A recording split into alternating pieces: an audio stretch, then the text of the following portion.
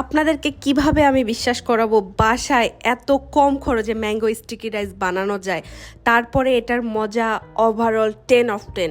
এত এত এত মজা, তাও আবার খরচও এত কম, আর রেস্টুরেন্টে গিয়ে জীবনেও খাবো না। আমি এখানে ইউজ করব চিনি গুঁড়া চাল, কারণ আমার কাছে সুশি রাইস নাই আর সেটা অনেক বেশি এক্সপেন্সিভ।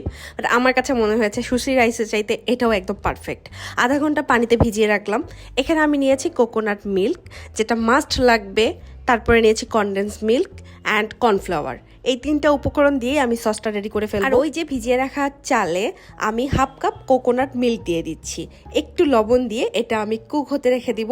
তারপরে আরেকটা প্যানে আমি সসটা রেডি করতেছি। আমি যে ক্যানে কোকোনাট মিল্কটা ছিল হাফ কাপ ইউজ করেছি রাইসে, বাকিটা পুরোটা এখানে ঢেলে দিলাম। অ্যান্ড এখানে হাফ কাপ দিয়ে দিচ্ছি কনডেন্স মিল্ক। আপনারা যদি সুগারটা আরেকটু কম খেতে চান সেক্ষেত্রে আরেকটু কম দিতে পারেন, বাট আমার কাছে হাফ কাপ পারফেক্ট লেগেছে, বিকজ আই লাভ সুগার। লবণ দিয়ে দিলাম হাফ চা চামচ, গুঁড়া দুধ দিয়ে দিলাম প্রায় 1 টেবিল চামচের মতো। সবগুলি ভালো মতো একদম মিশিয়ে নিব। অ্যান্ড চট জলদি এটা হয়ে যায়, বিশ্বাস করেন। সসটা এত তাড়াতাড়ি রেডি হয়, এত মজার একটা সস হয়, আপনাদেরকে আমি বিলিভ করাতে পারবো না। এখান থেকে আমি হাফ কাপের মতো দুধ রেখে দিচ্ছি, যেটা আমি রাইসে ইউজ করব। বাকি দুধে আমি এখন কর্নফ্লাওয়ার অ্যাড করে দিব। আমি এখানে 4 টেবিল চামচ পানির সাথে 1 টেবিল চামচ কর্নফ্লাওয়ার মিশিয়ে এই সসে দিয়ে দিচ্ছি। অ্যান্ড দেওয়ার পর আমি এটা খুব সুন্দর করে নাড়তে নাড়তে এটা একটা সময় ঘন হয়ে যাবে অ্যান্ড পারফেক্টলি কুক হয়ে যাবে আমার সস।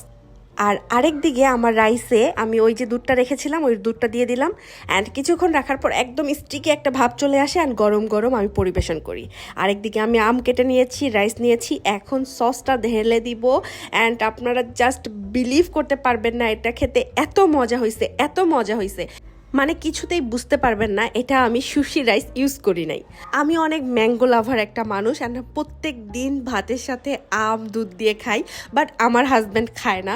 তো সে এটা খেয়ে অনেক লাইক করেছে, অ্যান্ড সে আমাকে বলতেছে এটা কয়েকদিন পর আবার বানাইও, কারণ এটা আসলেই অনেক মজা।